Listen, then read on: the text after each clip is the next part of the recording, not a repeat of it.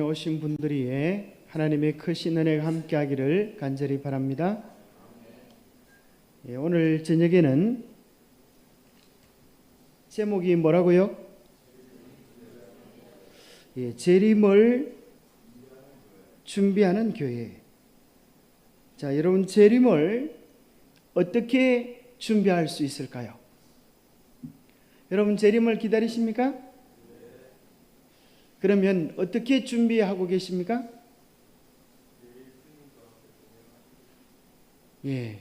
감사합니다. 자, 오늘 성경 말씀에 보면 예수님의 제자들이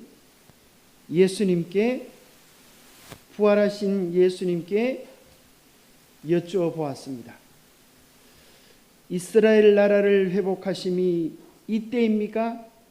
이 말은 이제 지긋지긋한 세상 역사는 끝나고 하나님이 준비해 놓으신 평화의 나라가, 기쁨의 나라가, 소망의 나라가 이제 오는 것입니까? 그런 질문과도 같습니다. 여러분, 정말 하늘나라가 속 임하기를 기대하십니까? 그런데 예수님께서 하셨던 대답은 이렇게 말씀하셨어요. 때와 시기에 관하여는 너희가 알 바 아니요. 언제 예수님이 다시 오시고 언제 소망의 나라가 오는 것, 그것은 너희들의 권한 바퀴다. 너희들의 관심을 가질 제목이 아니다. 정말 너희들이 관심을 가져야 되는 것은 사건이 아니라, 무슨 사건이 세상에 일어나는가가 아니라 우리가 어떤 사명을 감당하는가, 이것이 우리의 중요한 관점이 되어야 한다고 이야기해 주고 계십니다. 그래서 제자들은 사건을 모르는데 우리 예수님께서는 사명으로 대답하십니다.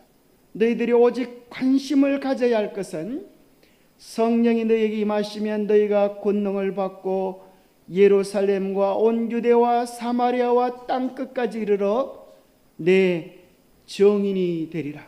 자, 예수님의 재림을 위하여 필요한 것이 몇 가지라고 이야기합니까?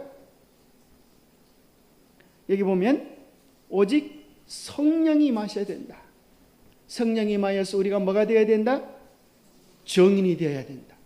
정인이 되어서 이 복음을 땅 끝까지 전파할 때, 온 세상의 복음을 전할 때 우리 주님께서 오실 것입니다. 마태복음 14장에도 예수님 말씀하시기를 지진과 기근과 마지막 때 전염병과 수많은 어려움들이 시작되어질 것인데 이것은 재난의 시작이라. 언제 재난이 끝나요? 천국 복음이 전파되어지면 그제서 끝이 오겠다고 하셨어요. 그래서 우리는 이 세상의 재난과 고통들을 속히 멈추기 위하여 우리가 가진 사명을 다해야 하는 것입니다. 우리가 사명을 다하지 아니할수록 시간은 더 길어지고 누가 고생하게 될까요? 우리가 고생하게 되는 것입니다. 그래서 우리가 관심을 정말 가져야 되는 것은 이 마지막 때에 참 오늘 마지막 때인 것은 안 믿는 사람들도 그런 소리를 합니다. 특별히 이번 교과에 보면은 매매할 수 없을 때가 오겠다. 제목이 참 깜짝 놀랄 것입니다. 여러분, 먹고 사는 것이 다 뭐로 이루어져 있습니까? 매매로, 그렇죠? 여러분, 먹고 사는 것들이 다 매매로 이루어져 있는데 이것이 멈추어질 때가 온다는 거예요. 여러분, 그런 때가 오겠습니까? 계시록 13장에 보면 영광스러운 주의 재림이 있기 전에 무슨 일이 일어나는가 하면 큰 배도의 때가 오겠다. 하나님께서 당신의 백성들을 데려가기 전에 할 수만 있으면 마귀는 한 명이라도 더 멸망에 빠지도록 하기 위하여 마지막 그의 온 전력과 기운을 동원하여서 세상의 수많은 사람들을 멸망시키는 짐승의 표를 받게 하는 대대적인 일을 벌이겠다라고 이야기합니다. 그런데 참 놀라운 것은 그 사건이 어떻게 이루어지는가 하면, 여기 보면 칼에 상하였다 살아난 짐승을 위하여 뭘 만들라? 우상을 만들라. 우상을 만들어서 거기다 경배하게 하는 것을 보면 이것은 어떤 단체로 등장한다고요? 종교적인, 그죠? 종교적인 현상으로 나타나는 것입니다. 거기에 경배하지 아니한 자는 몇이든지 다 죽이게 한다는 말은, 자, 사람을 죽일 수 있는 권세는 어디에 있어요? 법에 있습니다. 그래서 이것은 우리에게 뭘 이야기해 주는가 하면, 때가 되어지면 이 세상의 종교가 통합되어지고 이 세상의 정치가 통합되어질 때가 올 것을 이야기합니다. 이 세상의 모든 정치들이, 그 다음에 또 무슨 이야기를 하는가 하면, 이 표를 가진 자 외에는 매매를 못하게 하는 일들이 전 세계적으로 일어날 것인데, 매매를 다른 말로 하면 뭐라고 표현할 수 있어요? 경제라고 이야기할 수 있습니다. 그래서 이 세상의 가장 중요한 것들, 정치, 종교, 경제가 하나로 통합되어지고 짐승의 표를 받지 아니하는 사람들에게 이 모든 것이 통합되어져서 그들을 핍박하는 때가 올 것이다. 그렇게 이야기하는데, 글쎄 이 평화로운 세상에 과연 이런 일이 올 수 있을까? 여러분, 그런 의문이 들지 않습니까?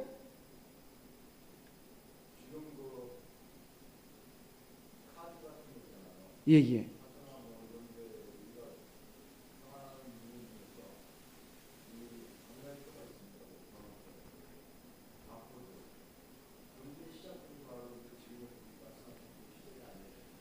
예, 감사합니다. 자, 오늘날에는 얼마 전 뉴스에 보는 이런 게 나와요. IMF 외환위기 때보다 세계 경제위기가 아시아에서 더 크게 영향을 미치게 될 것이다. 그 다음에 이제 이 세상의 기상이변이 어느 한 나라의 문제가 아니고 전 세계적인 문제였어요.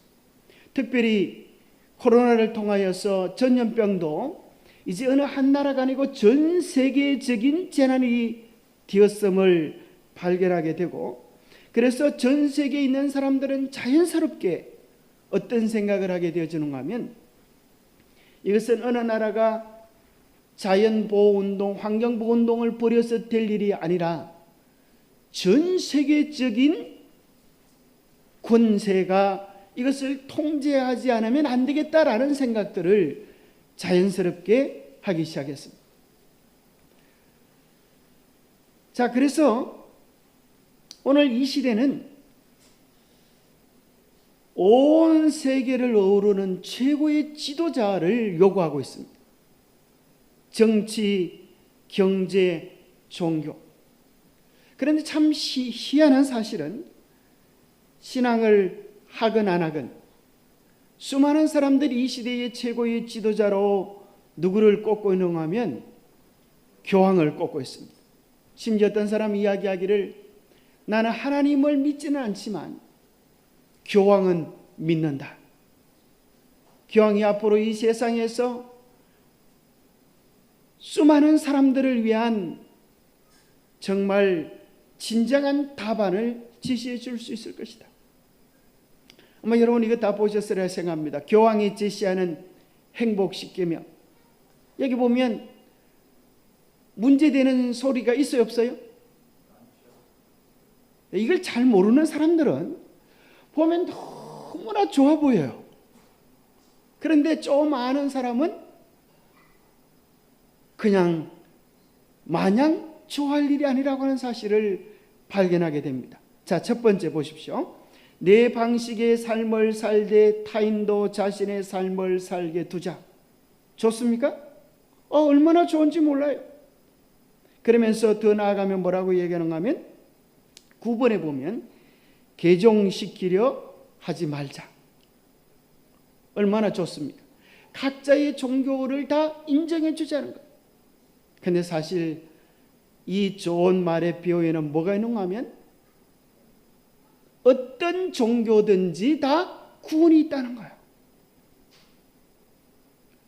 이러한 세계 종교 통합 운동을 일으키기 위하여 WCC 이런 단체들이 다 동원되어져 있습니다. 오늘 이 마지막 시대의 추세가 그렇게 변하는 것입니다.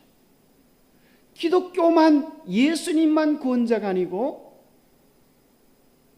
모든 종교를 신실하게 믿으면 구원에 이른다. 심지어 조용기 목사라고 하는 대단한 그 목사도 불교 대학에 가서 이렇게 강연합니다. 여러분들도 신실하게 여러분 나름대로 신앙을 하면 다 구원을 얻을 수가 있습니다. 왜 그런가 하면 이 모든 세상의 흐름을 조종하고 있는 강력한 세력이 그 배후를 주장하고 있는 것입니다.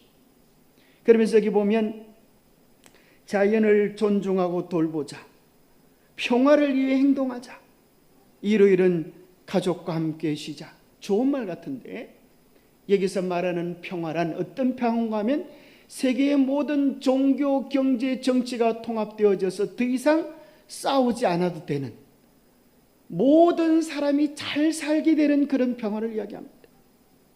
일요일에 가족과 함께 쉬자라고 하는 말이 나중에는 강제적인 법령으로 우리 앞에 다가오게 될 것입니다.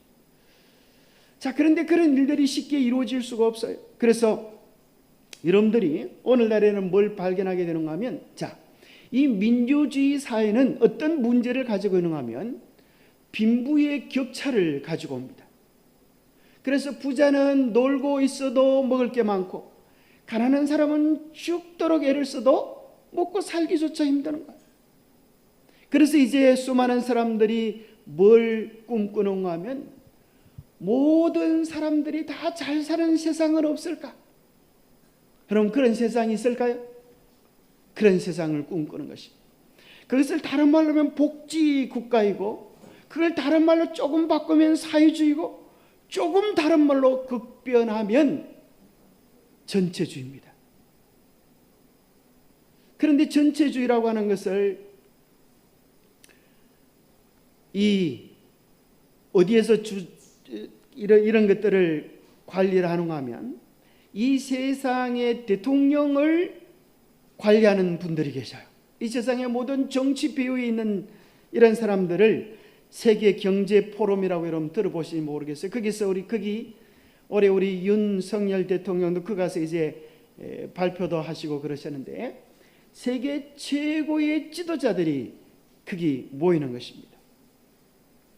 그래서 그들은 이제 부자들의 돈도 골고루 나누어 줄 수 있도록 하면 얼마나 좋을까? 꿈꾸는 이상이 전체주의인데, 제가 전체주의라고 하는 단어를 찾아보고 깜짝 놀랐습니다. 부자들에게 돈을 나눠주라 그러면 나눠줘요, 안 나눠줘요? 안 나눠줘요. 그러니까 뭐가 필요한가 하면 권력의 통제가 필요하다는 거예요. 그런데 전체주의라고 하는 단어를 찾아보니까 뭐라고 나오는가 하면 개인의 모든 활동은 민족, 국가와 같은 전체의 존립과 발전을 위해서만 존재한다는 이념 아래 개인의 자유를 억압하는 사상, 이탈리아의 파시즘과 독일의 나치즘이 대표적이다. 그와 같은 끔찍한 일을 할 분위기로 세상이 바뀌어지고 있는 것입니다. 자, 여러분들이 이 세상 종교가 조금만 관심을 가지면 다 통합되어지고 있는 형편을 발견하게 됩니다. 불교, 이슬람, 힌두교, 기독교, 유대교, 그리고 그 모든 배후에 그것을 모고 있는 로마 천주교가 있음을 생각해 보게 됩니다. 그런데 천주교는 이렇게 말합니다. 무슨 종교든지 괜찮습니다. 바이오교도 괜찮고 불교도 괜찮고 유교도 괜찮고 심지어 뭐 이상한 짓을 하는 사람들도 다 괜찮습니다. 그런데 누구만이 문제가 되는가 하면 근본주의자들은 되지 않습니다. 근본주의자들은 뭘 근본주의자라 그럴까요? 근본주의자라고 하면 성경 말씀을 말씀대로 믿는 사람들을 근본주의자로 그들은 매도합니다.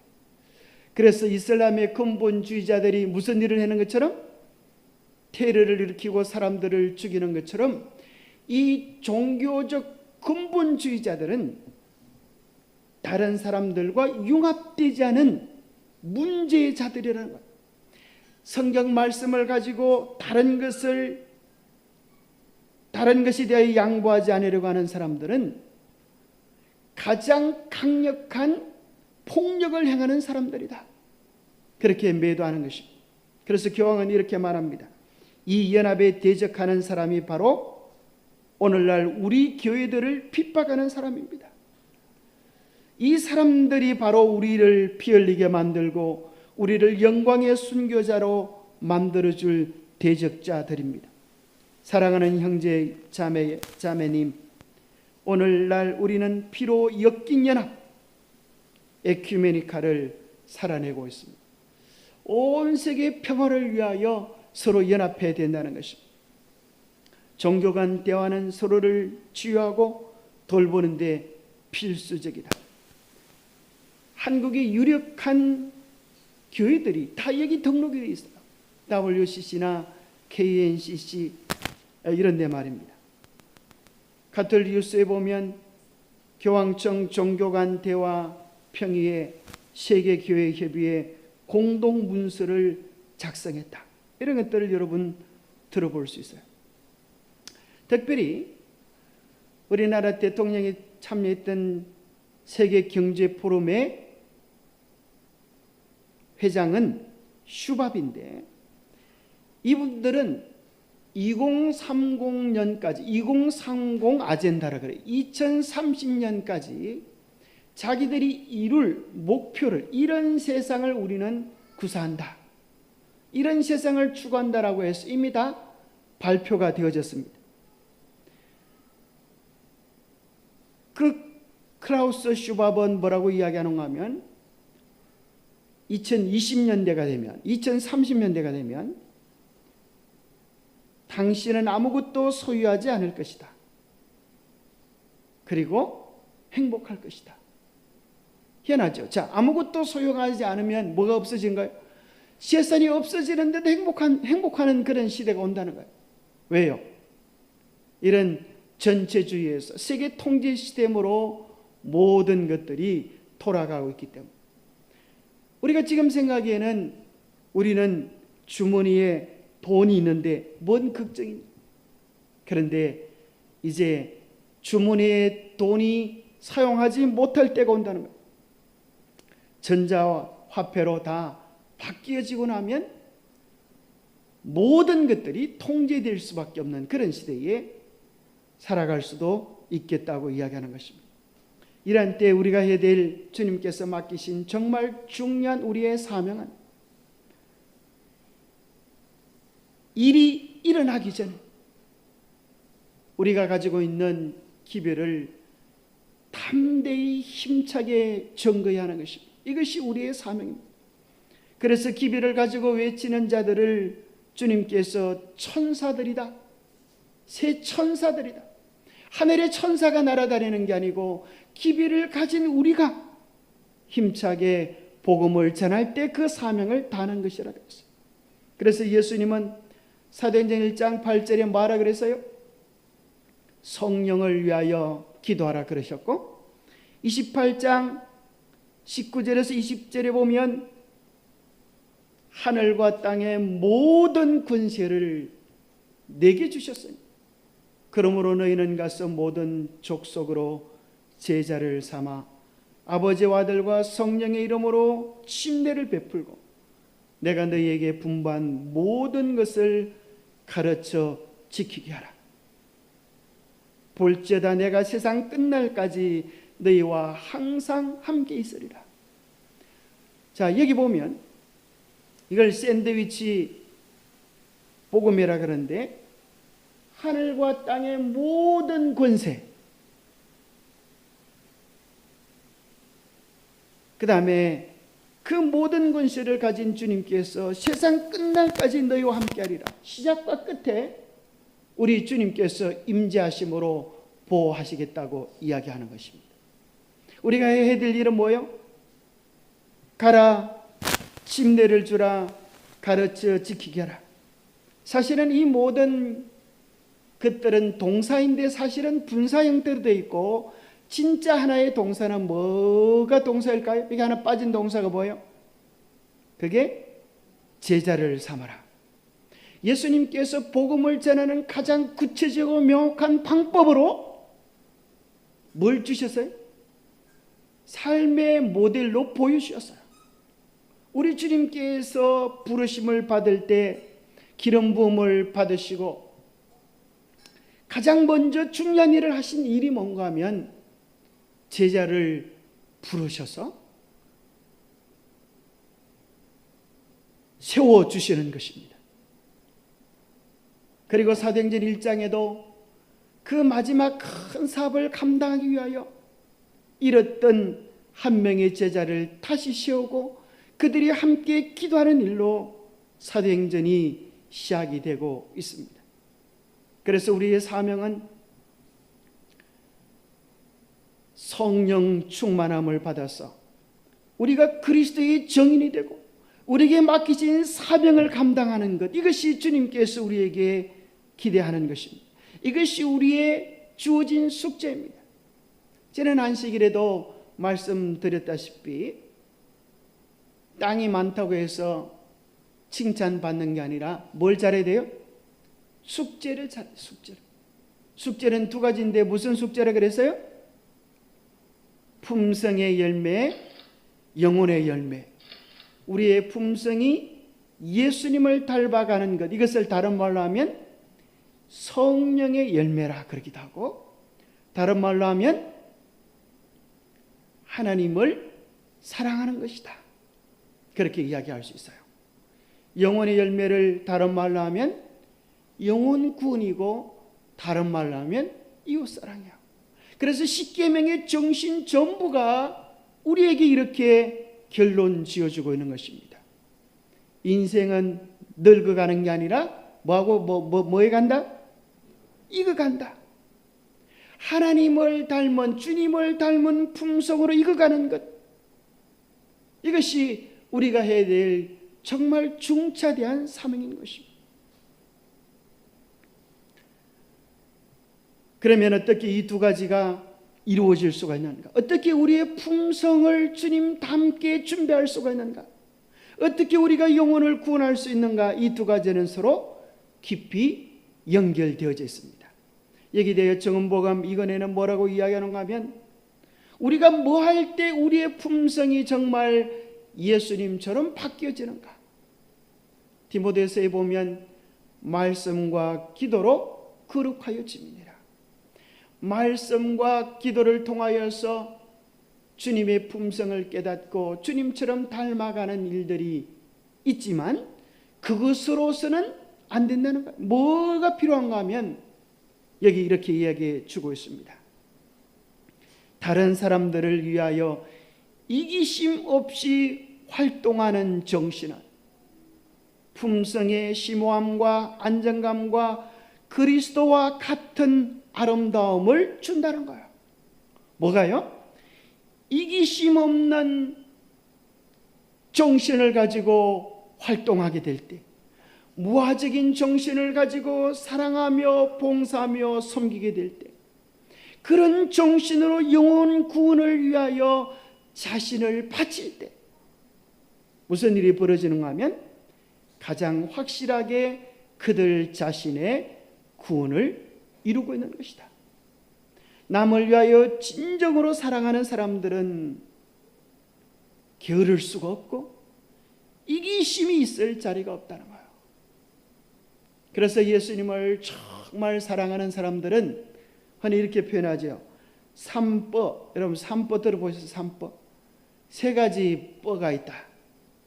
첫 번째는 예수님과 함께 살아가기 때문에, 예수님과 함께 교제하기 때문에 그의 삶에 구원과 생명의 기쁨이 넘쳐서 첫 번째는 기뻐지는 삶.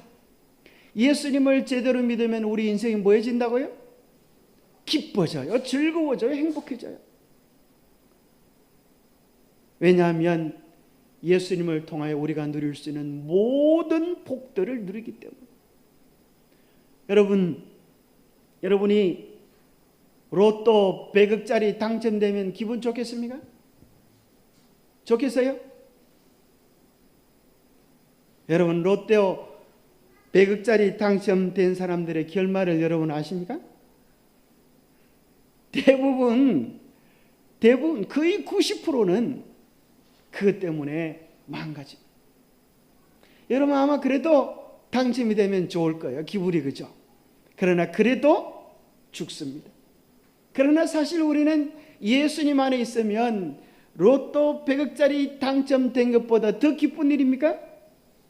100억 가져도 죽는데 우리는 죽지도 않고 하늘을 얻고 영생을 얻었는데 그보다 더 논리적으로 생각해 보면 기쁘고도 남죠. 그렇지 않습니까? 기쁘고도 남죠.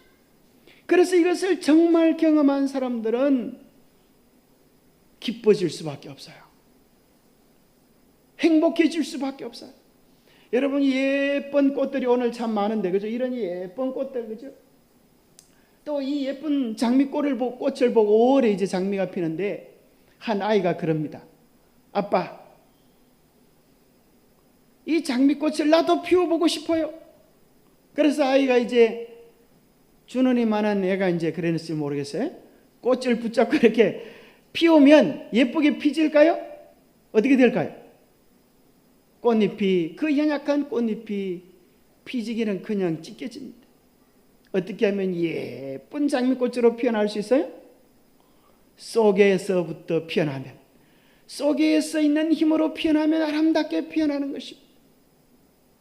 그래서 예수님이 우리 안에 계시면 그 구원의 기쁨이, 생명의 기쁨이, 주님과 교제하는 즐거움이 우리의 삶에서 안에서부터 피어나. 그러면 기뻐질 수밖에 없어요. 기뻐지는 사람들은 이 복음을 나누고 싶어요. 남을 도와주고 싶어요. 이야기해주고 싶어요. 그래서 뭐 하게 돼요? 두 번째 바빠질 수밖에 없어요. 옛날에는 내 밥 내가 먹으면 되는데 이제 나눠줄 빵도 많고 집집 방문도 해야 되고 그죠? 반찬 봉사도 해야 되고 가정과 건강도 나눠줘야 되고 사람들이 잘 모르니까 뉴스타트를 해서 함께 그러면서 또 이 좋은 것들을 나눠주면서 복음을 전하려고 바빠지게 되는 것입니다. 나를 위하여 바쁜 것이 아니고 내 속에 기쁨과 즐거움이 넘쳐서 나눠주기 바쁜 것입니다. 그런 모습을 우리 주님께서 하늘에서 보시면 어떻게 보일까요? 예뻐지는 것입니다. 세 가지 뿔을 발견했습니까? 기뻐지고 두 번째 뭐요? 바빠지고 예뻐지고. 그래서 예수님께서 보시기에 가장 아름다운 꽃은 여기 있는 꽃이 아니고 무슨 꽃요? 예수님의 성품을 담고 예수님의 정신을 가지고 봉사하고 수고하는 누구일까요? 오늘 우리들인 것입니다. 여러분 그렇게 생각하십니까? 제가 한번 퀴즈를 한번 내볼 테니까 맞춰보세요. 자, 예수님 눈에 가장 예쁘고 사랑스러운 꽃이 어디 있나요? 그렇게 하면 여러분들 어떻게 대답하는가 하면 손을 이렇게 딱 모고 여기 있어요 이렇게 하는 거예요. 자, 다시 한번 하겠어요. 자, 힌트를 드렸으니까. 자, 예수님 눈에 가장 예쁘고 사랑스러운 꽃이 어디 있나요? 자, 안 하는 분들이 몇 분 계신데, 자, 다시 한번 기회를 드리겠습니다. 자, 예수님 눈에 가장 예쁘고 사랑스러운 꽃이 어디 있나요? 그죠? 예수님 눈에 얼마나 예쁘고 사랑스러운 꽃들인지.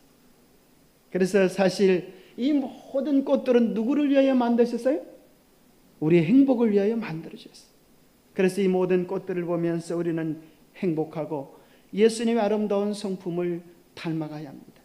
여기 우리 인생이 왜 사는가? 정말 중요한 말씀이죠. 사람이 살아가는 목적은 한마디로 말하면 하나님의 형상을 회복하기 위하여 살아가는 것이다. 하나님의 형상을 한마디로 말하면 어떤 것이 하나님의 형상입니까? 어떤 것이 하나님의 형상이에요? 거울을 보고 여러분들이 열심히 뺑기질을 하면 하나님의 형상이 나옵니까? 어떻게 해야 되죠? 그죠? 예수님 닮아가는 것. 한마디로 말하면 어떻게 정의 내릴 수 있을까요? 자, 이것을 이렇게 정의하면 됩니다. 하나님의 형상을 한마디로 말하면 이타적 사랑의 사람입니다. 그냥 사랑 그러면 안 돼요. 왜 그런가 하면 이 세상에 하도 가짜 사랑이 많아가지고, 그죠? 도둑놈도 사랑했다 그래요? 남의 물건을 사랑하면 도둑놈이 되는 거예요. 요즘은 성폭력 범죄자들도 많아요. 그 사람도 왜 잡혀왔냐 물으면 사랑해서 그렇다는 거예요. 남의 부인을 사랑하고, 그죠? 모든 죄는 사랑 속에 있습니다. 그런데 그 사랑은 원칙적인 사랑이 아니라 변질된 욕망적 사랑을 이야기하는 거예요. 우리가 가져야 될 진정한 사랑은 무화적 자희생의 사랑입니다. 그 하나님의 성품이 어디에서 나타나는가 하면 십자가에서 나타났습니다. 십자가의 사랑을 경험할 때 우리의 가정은 행복해질 수밖에 없어요. 우리의 교회는 행복해질 수밖에 없어요. 결혼식에 처음 참여한 아이가 엄마에게 묻습니다. 엄마, 결혼식 때 왜 신부는 하얀 웨딩드레스를 입어요? 그렇게 물어요. 엄마가 뭐라고 대답해 줬을까요? 그건 말이야, 신부의 마음이 하얀 옷처럼 그렇게 깨끗하고 맑은 것을 상징하는 거야. 신부의 마음은 오직 깨끗하게 남편만 사랑하는 그런 사랑의 마음이기 때문에 하얀 웨딩드레스를 입는 거란다. 아주 자기 딴에도 대답을 잘한 것 같아요. 근데 이제 아이가 또 묻는 것입니다. 그런데 왜 신랑은 까만 양복을 입어? 저 신랑은 마음이 시커먼가? 그렇게 물었어요. 아이고, 이제 앞에 것은 대답을 잘하는데 뒤에 것이 지금 문제가 됐어요. 그럼 신랑은 마음이 시커매서 까만 양복을 입습니까? 그때 또 생각해 보니까 엄마가 이런 지혜가 떠올랐어요. 남자가 까만 양복을 입는 것은 장례식 때 까만 옷을 입고 가잖아. 그래서 가정이 행복하려고 하면 남편이 죽어야 행복하기 때문에 죽는 것을 표현한다고 까만 옷을 입고 왔단다. 그렇게 표현했다는 거예요. 사실 우리의 가정 행복은 먼 데 있잖아요. 우리가 서로를 향하여 정말 이기심이 없는 이타적 사랑을 베풀고 자아가 십자가에 못 박히면 행복할 수밖에 없는 것입니다. 반대로 사탄은 인간의 마음에다가 하나님의 형상이 아니라 뭘 새기려고요? 사탄의 형상을 새기려고 하는 것입니다. 사탄의 형상을 한마디로 말하면 뭐라고 표현할 수 있겠어요? 이기적 사랑입니다.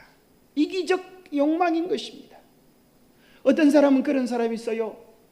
한 엄마가 자기 애들에게 이야기합니다. 니네 아빠는 말이야 죽을 때까지 지 좋은 것만 하다가 지 맘대로 하다가 그렇게 살다 죽었단다. 그렇게 한 번도 이 엄마가 뭐 좋아하냐, 뭐가 불편하냐 그런 것 관심도 쓰지 않고 지 좋을 대로 살다가 지 고집대로 살다가 지 하고 싶은 것만 하다가 그렇게 죽었단다. 여러분, 그런 사람 있을까요? 그런 사람 참 많습니다. 알고 보면 중심이 바뀌어지는 것입니다. 옛날에는 나만 알았는데 내 것만 알았는데 모든 사람이 나에게만 맞추어 준다고 생각했는데 이제 십자가를 경험하고 나면 그것이 죄였다고 하는 사실을 깨닫게 돼요. 그러한 죄 때문에 주님께서 십자가에 못 박혀 죽었다고 하는 사실을 깨닫게 되었죠.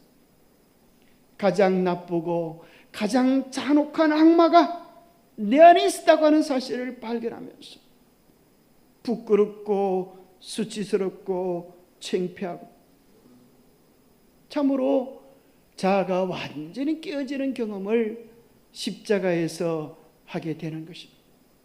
그런데 오늘날 사단은 사람들에게 이렇게 이야기하는 것입니다. 섬기는 것이 아니라 군림하는 것이야. 인생은 군림하는 것이야. 오늘날 세상이 그걸 향하여 살아가고 있는 것입니다. 주는 것이 아니라 뺏는 것이야. 더 많이 가지고 더 많이 쟁취하고 더 많이 누리라고 이야기합니다. 그러나 그 마지막 결과는 무엇입니까? 아무것 하나 얻지 못하고 사단과 함께 멸망하는 것입니다. 사단은 이렇게 이야기합니다. 네 인생 네 맘대로 살아. 네 인생의 주인은 너야. 그러다가 네 맘대로 살다가 나와 함께 멸망의 불구덩이로 들어가자. 그렇겠지 않은 것입니다. 여러분, 사탄 복음도 있다는 거예요. 사탄 종교가 있습니다. 사탄 종교 1장 1절의 내용이 뭔가 하면 내 인생은 나의 것. 그거라면 내 인생은 나의 것이다. 여러분, 그게 맞는 말 같지 않아요? 내 인생이 내 것이지 누구 것이에요? 그런데 주님의 십자가를 경험하고 나면 엄마 것도 아니에요. 아빠 것도 아니에요. 예수님의 것이랍니다 하는 사실을 깨닫게 되어져요. 그래서 결국 열매가 익으면 낫을 됩니다. 우리는 익어가는 것입니다. 우리의 매일 삶의 선택을 통하여 주님의 백성으로 익어가든지 아니면 세상의 사람으로 익어가든지 예수님을 닮은 사람으로 익어가든지 사탄을 닮은 존재로 익어가든지 그리스도의 품성이 그분의 백성들 속에 완전하게 재현될 때 그분은 당신의 것을 찾으시려고 이 땅에 강림하실 것이다. 이것은 하나님의 모든 명령은 약속입니다. 여러분 얼마나 감사합니까? 이 약속을 주님께 마음을 드리는 사람에게 주님은 이루어 주실 것입니다. 우리의 마음을 드려 주님께서 우리 안에서 역사하시도록 우리의 마음과 애정을 주님께 드릴 수 있게 되기를 바랍니다. 하늘에 가기 원하는 사람은 이 땅에서 하늘 백성의 성품을 가져야 합니다. 예수님이 오실 때는 이미 끝이 난 것입니다. 거룩한 자는 그대로 거룩하고 더러운 자는 그대로 더럽고 의로운 자는 그대로 의롭다라고 선포하실 뿐이지 우리를 변화시켜 주시는 때는 지금인 것입니다. 품성을 형성할 수 있는 기회는 오직 이 세상을 사는 동안 뿐이다. 우리가 살아있는 동안 매일 우리의 품성을 다듬어야 합니다. 자, 여기 중요한 사명을 주님께서 우리에게 주시는데 땅 끝까지 복음을 전파라 라고 하는 이 명령을 어떻게 성취할 수 있는가에 대한 비결이 최초의 명령 속에 나와 있습니다. 창세기 1장에 보면 하나님께서 주신 최초의 명령이 기록되어 있는데 첫 번째 명령이 기록되어져 있는데 그 명령이 뭐예요? 그들에게 복을 주시며 하나님이 그들에게 이르시되 생육하고 번성하여 땅에 충만하라. 자, 에덴 동산에서 내린 첫 번째 명령은 뭐였지요? 선악을 알게 하는 나무의 실과를 먹지 말라. 이것이 첫 번째 명령이에요. 기록된 것은 이게 창세기 1장 28절이 먼저 기록되지만, 자, 왜 그렇습니까? 아담을 만들고 나서 하나님은 그것을 이야기해 주시고, 그 다음에 창세기 2장에 보면 아담과 하와가 결혼을 하지 않습니까? 그 결혼할 때에 우리 하나님께서 이 결혼 주례사로 이것을 선포해 주시는 것입니다. 거기 보면 결혼한 부부에게 생육하고 번성하여 땅에 충만하라라고 하는 축복을 더해 주십니다. 자, 이 얘기를 듣고 나서 그 당시 사람은 몇 명인데요? 2명밖에 없는데 이런 엄청난 명령을 내리시는 것입니다. 자, 이 얘기를 듣고 우리 하와 할머니가 깜짝 놀랐어요. 하나님, 지금 이 땅에는 몇 명밖에 없어요? 2명밖에 없는데 우리 보고 도대체 어떻게 해서 이 땅에 가득히, 이 땅에 충만하도록 사람을 만들라는 말입니까? 누구 배가 터져 죽는 꼴 보시렵니까? 그러면서 울었습니까? 안 울었습니까? 울었을까요? 여러분, 잘 이해를 못하면 울었을 거예요. 그렇죠?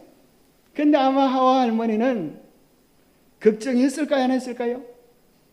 걱정 하나도 안 했어요. 이 말씀을 보면 뭐 하면서 말씀하셨어요?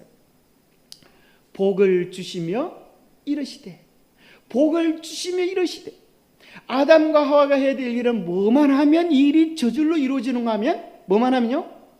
복을 누리기만 하면 이 일은 저절로 이루어져요. 그렇습니까?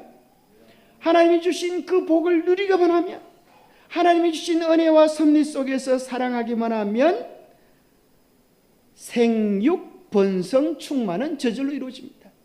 생이라고 하는 것은 아이를 탄생시키고, 육이라고 하는 것은 양육시키고, 번성이라고 하는 것은 출가시켜서, 충만케 하는 것은 온 세상에 가득 차는 것입니다.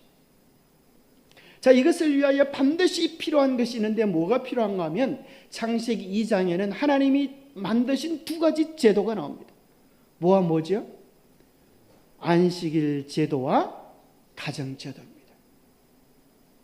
이것은 태초에 하나님께서 인류를 위하여 세워주신 정말 중대한 법칙입니다.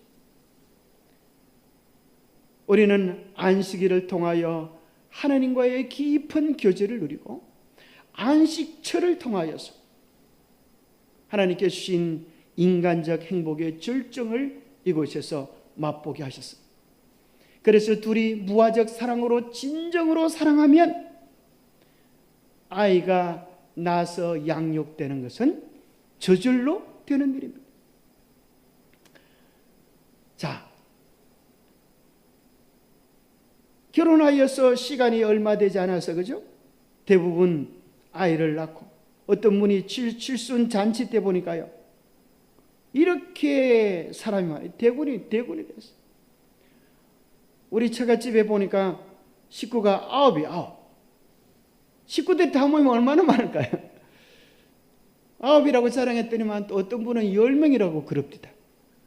그저 환갑 때, 칠순 때 다 가족들이 모이면 얼마나 많을지 모르겠어요. 그런데 만약에 가족이 없다면 어떻게 되겠어요? 가정이란 어떤 곳이 되어야 하는가? 가정을 한마디로 말하면 안식처입니다. 그죠? 쉴 수 있는 곳이에요.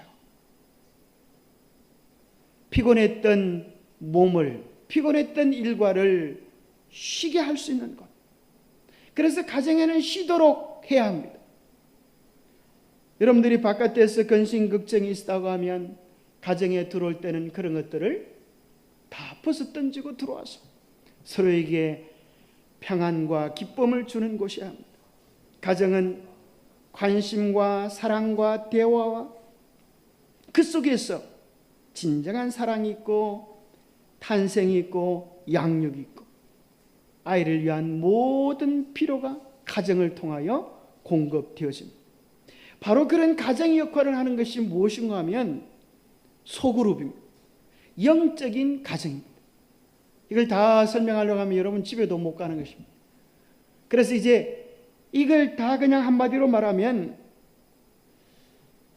영적인 소그룹, 너무나 중요한 이것이 영적인 가정입니다.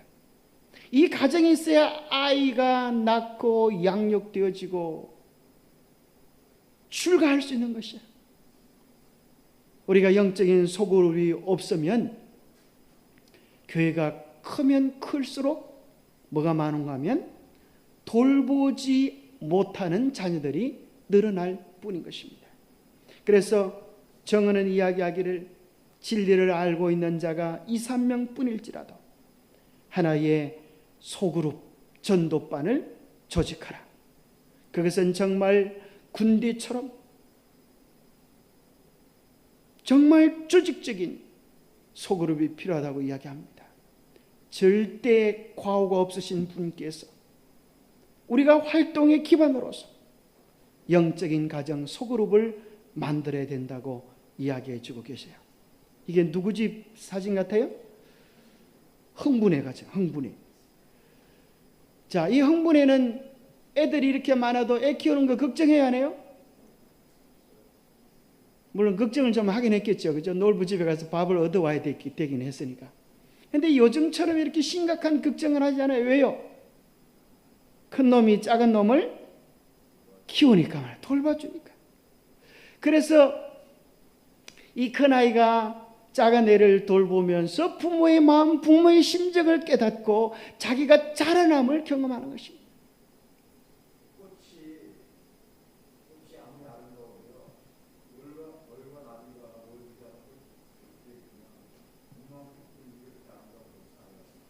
예, 그렇죠. 예. 자, 여기 보면 이것이 또 구약 성경에 나오는 하나의 모델이 있는데, 모세가 200만 대군을 이끌고 다 상담하고 도와주려고 하니까 혼자서는 이 일을 감당할 수가 없었어요. 필경 기력이 시하여 혼자서는 너무너무 힘들어 죽게 될 입장에 처하게 되었어요. 그때 그의 장인 이드로가 한 가지 방책을 알려주세요. 그게 방책이 뭔가 하면 천부장과 백부장과 50부장과 10부장을 세워서 이렇게 하는 거예요. 그러면 천부장은 몇 명만 관리하면 1000명을 관리할 수 있어요? 자, 천부장은 몇 명을 관리하는 사람인데? 천부장은 1000명을 관리하는 사람인데 백부장 10명만 관리하면 딱 되는 거예요. 백부장은 100명을 관리하는데 100명을 관리할 필요가 없어요. 뭐 하면? 50부장 2명만 관리하면 100명을 관리할 수 있어요. 50부장은 50명 다 관리하지 않아도 돼요. 10부장 5명만 관리하면. 그래서 놀랍게도 이 범위가 예수님께서 12제자를 돌보고 양육했던 것처럼 12명의 범주를 넘어가지 않는다고 하는 사실을 발견하게 되는 거예요. 우리에게 정말 필요한 것은 바로 이와 같은 원리를, 육적인 원리를 영적인 원리로 적용하는 거예요. 그래서 우리 교회가 정말 큰 교회에 부응하는 교회에 모든 성도가 살아있는 교회가 되려고 하면 이런 소그룹으로 영적 가정제도를 잘 이루어야 합니다. 이 벚꽃나무를 보면 저는 깜짝 놀라요. 큰 벚꽃나무에 꽃이 몇 개나 달릴 수 있을까요? 정말 어마어마하게 많이 달렸어요. 그런데 희한한 것은 그 벚꽃 하나도 시들거나 핍절을 하지 않은 다 아름답게 활짝 피었어요. 가만히 보니까 가지마다 이렇게 돼 있고 또 더 큰 가지로 연결되어 있고 바로 이런 원리로 되어 있다는 거예요. 이런 원리로. 그래서 우리에게 필요한 것은 이것입니다. 자, 결론을 짓겠습니다. 예수님의 재림을 기다리는 사람은 두 가지 사명을 가지고 있다.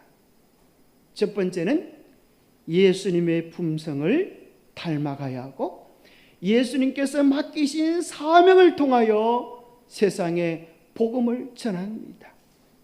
이 두 가지는 함께 연결되어져 있다. 우리가 다른 사람을 위하여 무화적인 봉사에 자신을 바칠 때 우리는 그 경험을 통하여 주님을 구체적으로 닮아가게 되고 우리의 말씀이 살아나고 기도가 살아나고 신앙이 활력을 가지게 됩니다. 마치 아이 없는 가정에 아이가 태어나면 집안이 바뀝니까? 온통 집안이 무슨 꽃이 펴요? 우선꽃이 가득 핍니다. 애가 한번 빙긋이 웃어주기 위하여 부모들은 몇 번을 웃게 돼요? 아마 수백 번 할 거예요. 까꿍 우르르 까꿍 이렇게만 수백 번 하다가 드디어 애가 한번 웃으면 다들 좋다고 박수를 치고 아주 난리가 나는 것입니다. 영적인 원리도 꼭 같은 것입니다. 새로운 영혼들을 낳고 양육하는 것 속에서 우리는 우리에게 주신 주님의 사랑이 얼마나 크고 놀라운지 다시 한번 절감하면서 영혼을 얻는 그 감격이 다시 한번 잃어버렸던 우리의 구원을 회복시켜주고 주님과 교제하는 삶의 즐거움으로 우리를 이끌어가는 것입니다. 그래서 이제 우리는 교회 안에서 영적인 어머니가 되어야 되겠습니다. 우리 모두가 다 영적인 어머니가 되어서 영혼들을 돌보고 양육하는 주체적 사랑, 자희생적 사랑을 경험하고 나누는 사랑의 진원지가 다 될 수 있게 되기를 바랍니다. 꽃이 아름다운 것은 꽃을 자랑하는 데 있지 아니하고 그죠? 아름다움을 떨어뜨리고 열매를 맺는데 진정한 아름다움이 있는 것처럼 우리의 잘난 것들 그죠? 자기 명예를 다 떨어뜨리고 하나의 열매를 얻기 위하여 섬김과 봉사, 나눔의 삶을 살 때 주님의 눈에 가장 아름답고 예쁜 하늘의 꽃이 될 수 있음을 기억하면 좋겠습니다. 기도하겠습니다. 하나님 아버지 참으로 감사합니다. 이 세상은 어떤 정신없는 자의 실수에 의하여 망가지지 아니하고 우리 주님께서 이 땅에 다시 오심으로 이 세상의 역사가 마무리되어지게 될 것을 인하여 감사합니다. 우리로 하여금 그날을 사모하게 하시고 그날을 준비하게 하시고 그날을 고대하게 도와주시옵소서. 우리로 하여금 사랑의 성품, 예수의 성품을 가질 수 있도록 성령님 우리 안에 역사해 주시고 예수님의 마음과 예수님의 정신으로 서로 섬기며 봉사하며 아름다운 주의 나라를 확장시켜 갈 수 있도록 축복하여 주시옵소서. 사랑의 근원이신 주님께서 늘 우리 안에 살아주셔서 우리의 삶의 주인이 되어 주셨기를 우리 주 예수 그리스도 이름 머지하여 간절히 간구하옵나이다.